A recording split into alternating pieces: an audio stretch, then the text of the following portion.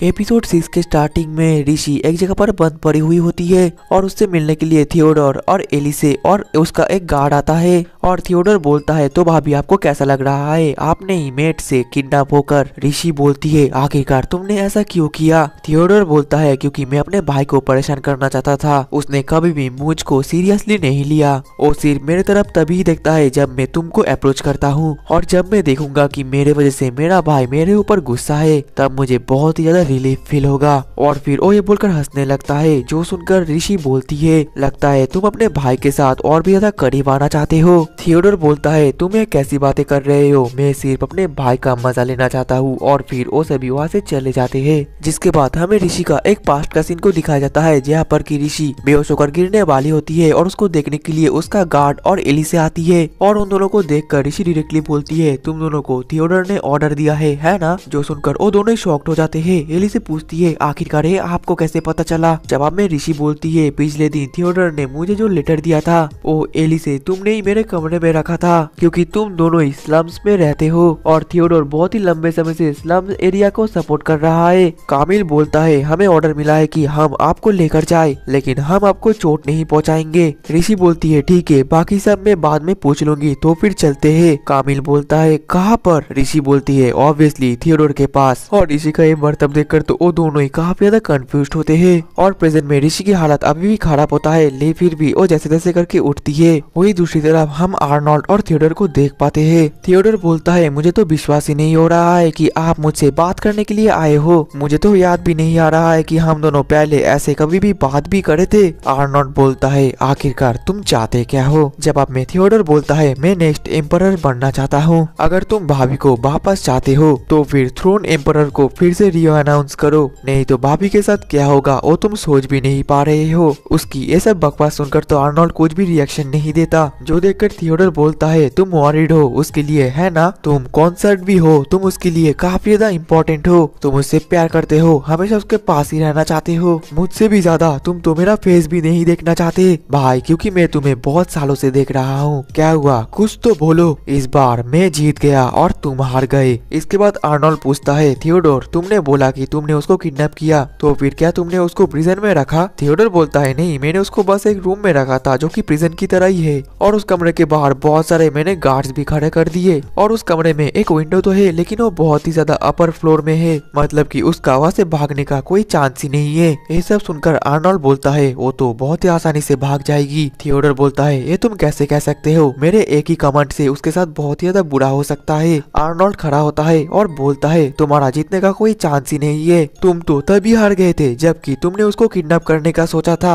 ये सब सुनकर तो थियोडोर काफी ज्यादा कंफ्यूज होता है और बोलता है कि भाई आप कहना क्या चाहते हो। दूसरी तरफ हम ऋषि को देख पाते हैं जो कि भागकर वहीं पर ही आ रही होती है और उसका प्रेजेंस तो आर्नोल्ड भी सेंस कर लेता है और बोलता है वो आ गई। और ठीक तभी वहाँ पर ऋषि बहुत ही स्टाइल के साथ एंटर करती है और उसे देखकर तो मानो थियोडोर का पैरों तले जमीन ही खिसक जाता है। तभी आर्नोल्ड बोलता है तो फिर ऋषि क्या तुम विंडो से भागी या फिर दीवार में एक छेद करके वहाँ से भागी। हे सुनकर तो ऋषि थोड़ा सा शर्मा कर बोलती है आप ये क्या बोल रहे हो, मैं एक नॉर्मल पर्सन की तरह दरवाजे से आई हूँ। थियोडोर बोलता है आखिरकार आप आई कैसे, क्या मुझको कोई बीट्रे तो नहीं किया। जिसमें ऋषि बोलती है थियोडोर समा मैं आपको एक एडवाइस देना चाहती हूँ। और फिर वो धीरे धीरे थियोडोर के सामने आने लगती है और बोलती जा रही होती है पहली बात ये है कि आपने जिसको किडनैप किया आप उसकी तलाशी नहीं करे, आपने भले ही उसको एक लॉक रूम में रखा हो लेकिन फिर भी उस रूम के अंदर उसको अकेला नहीं रखना चाहिए था। और ऋषि ये भी बोलती है दूसरी बात यह है कि आपको उसका फिजिकल इंस्पेक्शन करना चाहिए था, इसके वजह से वो कोई भी अपने अंदर टूल्स या ओपन को हाइड नहीं कर पाता। तीसरी बात आपको उसके हाथ को पीछे से बांध देना चाहिए था।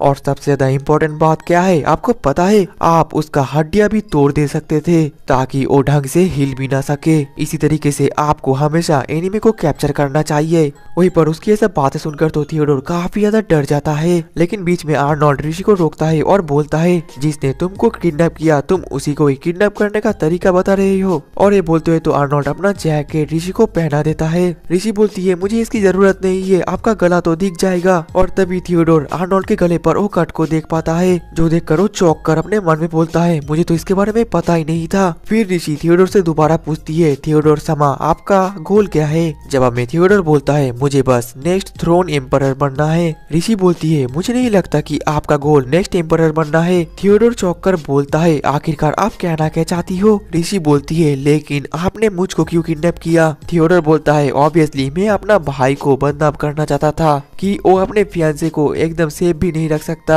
ऋषि बोलती है आप क्या चाहते हो, आप मुझे बकरा बनाकर थ्रोन प्रिंसेस बनना चाहते हो। आपने तो रिसेंटली स्लम एरिया में एक्टिविटीज करना भी बंद कर दिया। थियोडोर बोलता है मुझे वो बेकार काम करना बिल्कुल भी पसंद नहीं है। ऋषि बोलती है आप झूठ बोल रहे हो क्योंकि मुझे पता है आप ही स्लम एरिया को देख रहे हो, क्योंकि पब्लिक ने स्लम एरिया को फंड देना बंद कर दिया था लेकिन आप प्राइवेटली स्लम एरिया को फंड देते रहे। आप तो मेरी देखा गया सबसे ज्यादा काइंड पर्सन हो। थियोडोर तो बहुत ही घबरा जाता है और वो बोलता है आखिरकार आप कहना क्या चाहती हो। मैं तो बस अपने भाई से जीतना चाहता था। ऋषि बोलती है अगर तुम अपने भाई से जीतना चाहते तो तुम अपने भाई से डायरेक्टली लड़ सकते थे लेकिन तुमने ऐसा नहीं किया। और फिर ऋषि और कुछ बोलने जाने वाली होती है लेकिन तभी थियोडोर चिल्ला उठता है और बोलता है तुम गलत हो, तुम बिल्कुल ही गलत हो। मेरा भाई मुझे पसंद नहीं करता, वो मुझे देखना नहीं चाहता, वो हमेशा मुझसे उसका पीछा छुड़ाना चाहता था। अच्छा होता कि इससे अच्छा मेरा भाई मुझे मार ही देता, लेकिन मेरा भाई मुझे इग्नोर कर रहा है, ये मैं तो सहन ही नहीं कर पा रहा हूँ। तभी बीच में आर्नोल्ड बोलता है ऋषि अब बहुत हुआ। ऋषि बोलती है लेकिन मैं तो। आर्नोल्ड बोलता है मैंने बोला ना कि उस लड़के से दूर रहना क्योंकि मुझे उसका कोई परवाह ही नहीं। ये सुनकर तो थियोडोर काफी ज्यादा उदास हो जाता है और फिर वो वहाँ से भाग कर चला जाता है। उसके जाने के बाद ऋषि बोलती है आप हमेशा अपने भाई को दूर क्यों रखते हो।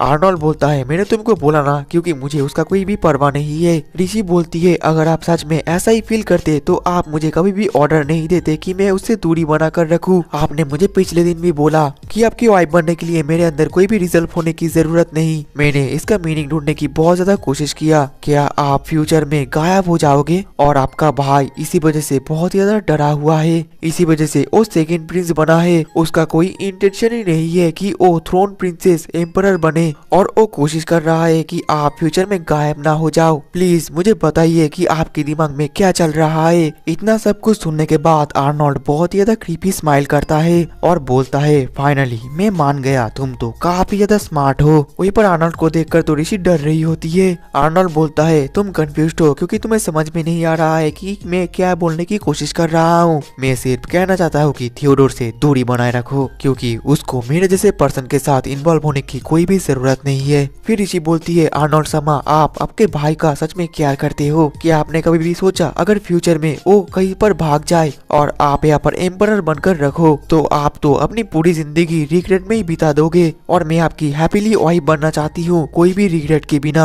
और ये बोलने के बाद तो वो वहाँ से जाने लगती है। इसके अगले पल ऋषि ऊपर जा रही होती है लेकिन वो बहुत ज्यादा थक गई है। वो बोलती है मैं तो अपने लिमिट में आ गई हूँ, लेकिन इसके बावजूद भी वो ऊपर चली जाती है। वही दूसरी तरफ ऊपर तो हम थियोडोर को देख पाते हैं जो कि अपने एक पास्ट के बात को याद करता है जहाँ पर थियोडोर मेडिकल कैंप में अपने सोल्जर्स को ध्यान रख रहा था लेकिन तभी कुछ बैंडिट्स उस कैंप के अंदर आ जाते हैं और वो एक सोल्जर को मारने वाले होते हैं लेकिन उस सोल्जर को बचाने के लिए बीच में बच्चा थियोडोर आ जाता है और वो बैंडिट थियोडोर को मारने वाले ही होते हैं लेकिन अचानक से वहाँ पर आर्नोल्ड आकर उन सभी को एक ही झटके में मार देता है। और फिर आर्नोल्ड बोलता है थियोडोर अपने लाइफ को कभी भी ऐसे खतरे में मत डालना, लेकिन तुमने अच्छा काम किया। वही पर सुनकर तो थियोडोर शॉक्ड होता है। प्रेजेंट में थियोडोर के पास ऋषि पहुंच जाती है। थियोडोर बोलता है भाभी क्या आप मुझे फिर से किडनैप करना सिखाने वाली हो। खैर छोड़िए भाभी, आपको मेरे भाई का अकॉम्प्लिशमेंट के बारे में पता है। मुझे ऐसा लगता है कि फ्यूचर में वो कभी भी यहाँ से भागकर डिसअपीयर हो सकता है और मैं नहीं चाहता कि मेरा भाई अचानक सबको छोड़कर गायब हो जाए। उसका प्लान है कि वो मुझे कंट्री को सौंप देगा और गायब हो जाएगा, लेकिन उससे पहले मैं यहाँ से गायब हो जाऊंगा जिस वजह से वो और ए बेवकूफी वाला काम नहीं कर पाएगा और सिर्फ एक काम करके मैं अपने भाई के लिए यूजफुल बन सकता हूँ। ऋषि बोलती है थियोडोर तुमने जो बोला वो सच हो सकता है, लेकिन मैं तुम्हें गारंटी देती हूँ कि मैं उसको ये सब करने के लिए रोक दूंगी जिस वजह से मुझे तुम्हारी मदद की जरूरत पड़ेगी। थियोडोर बोलता है मैं कुछ भी कर लूँ, मैं आपकी हेल्प नहीं कर सकता। ऋषि बोलती है ऐसी बात नहीं है क्योंकि इस पूरी दुनिया में उसके लिए सिर्फ तुम ही एक लौते भाई हो। ये सुनकर तो थियोडोर काफी ज्यादा चौंक जाता है। फिर वो बोलता है आपका शुक्रिया भाभी, लेकिन मैं अपने भाई के लिए यूजफुल बनूंगा। और ये सब कुछ बोलते हुए तो वो छत से छलांग मार रहा होता है। ये देखकर तो ऋषि भी काफी ज्यादा चौंक जाती है और उसको रोकने के लिए दौड़ती है, लेकिन ऋषि पहले से बहुत ज्यादा कमजोर कमजोर होने के कारण बीच में उसका दिमाग चकरा जाता है और वो तो नीचे ही बैठ जाती है और वो थियोडोर को रोक नहीं पाती और थियोडोर भी नीचे गिरने लगता है। लेकिन तभी अचानक से आर्नोल्ड आकर थियोडोर के हाथ को पकड़ लेता है और उसको फिर बचा लेता है। जिसके बाद तो आर्नोल्ड थियोडोर को पकड़कर एक जोरदार थप्पड़ मारता है और बोलता है, बेवकूफ, आखिरकार तुम करना क्या चाहते थे? थियोडोर बोलता है, क्योंकि मैं आपके लिए यूजफुल बनना चाहता था। आर्नोल्ड बोलता है, ये कोई भी यूजफुल वाला कांड नहीं, एकदम बेवकूफी भरा कांड था। तभी पीछे से ऋषि बोलती है, आर्नोल्ड समा, आपके भाई ने जो भी किया वो गलत है, लेकिन वो जो चाहता है वो तो गलत नहीं, वो तो सिर्फ आपकी मदद करना चाहता है। और फिर थियोडोर भी बोलता है, भाई मैं सिर्फ आपकी मदद करना चाहता हूँ, भाभी ने बिल्कुल सही कहा, आप जो भी बोलेंगे मैं वो सब कुछ करने के लिए तैयार हूँ, क्योंकि इस पूरी दुनिया में आप मेरे एक लौते भाई हो। आर्नोल्ड बोलता है, अब से तुम ऐसा बेवकूफी भरा काम कभी भी नहीं करोगे, जैसे कि मैंने तुमको पहले ही कहा था, अपने जान को कभी भी जोखिम में मत डालना। ये सुनकर तो जो थियोडोर है वो बहुत ज्यादा इमोशनल होकर जोर जोर से रोने लगता है और बोलता है, भाई आपको ये याद था। और उनका ये देखकर तो ऋषि भी खुश होती है और फिर आर्नोल्ड भी ऋषि के पास आता है। ऋषि बोलती है, मैं खुश हूँ कि आप दोनों फिर से मिल गए, लेकिन तभी उसका आंख बंद होकर वो तो वहीं पर ही बेहोश हो जाती है। जो देखकर थियोडोर भी उनके पास आता है और बोलता है, मुझे माफ कर देना। आर्नोल्ड बोलता है, ये तुम्हारी गलती नहीं है, वो बस सो रही है। थियोडोर जल्दी से कैरेज निकालो, क्योंकि मैं तुम पर भरोसा करता हूँ। ये बोलने के बाद आर्नोल्ड ऋषि को लेकर वहाँ से चला जाता है। वहीं पर थियोडोर तो काफी ज्यादा खुश होता है, क्योंकि पहली बार उसके भाई ने उसके लिए कुछ काम बोला है। अब अगले दिन सुबह हम ऋषि को देख पाते हैं, जो कि सोकर उठती है और वो अपने सामने आर्नोल्ड को देखकर माफी मांगती है और बोलती है, मेरे वजह से आपको यहाँ पर जाग कर रहना पड़ा। वहीं पर आर्नोल्ड उसके पास आकर बोलता है, क्या तुम ठीक हो? और फिर ऋषि को एक लेटर देता है और ये लेटर तो थियोडोर ने लिखा था और उसमें लिखा हुआ था, भाभी मैंने जो कुछ भी किया उन सब चीजों के लिए मुझे माफ कर देना, और आपने बोला कि आप मेरे भाई को रोक कर रखेंगे, इसलिए मैं आपकी हेल्प करूंगा और मैं स्लम एरिया का भी ध्यान रख रहा हूँ ताकि गरीब लोग और भी अच्छे तरीके से रह पाए। और अंत में आपका शुक्रिया भाभी। और ये पढ़कर तो ऋषि काफी ज्यादा खुश हो रही थी। आर्नोल्ड बोलता है, आखिरकार तुम हंस क्यों रही हो? ऋषि बोलती है, क्योंकि मैं खुश हूँ। जो सुनकर आर्नोल्ड बोलता है, तुम्हें सोचना चाहिए कि आखिरकार तुम चाहती क्या हो, क्योंकि मैंने दूसरी बार तुम्हारा एक वादा तोड़ा, मैंने तुम्हें टच किया। तभी ऋषि को याद आता है कि आर्नोल्ड ने तो उसको किस किया था, जो याद करके वो काफी ज्यादा ब्लश करती है और बोलती है, आखिरकार आपने ऐसा क्यों किया?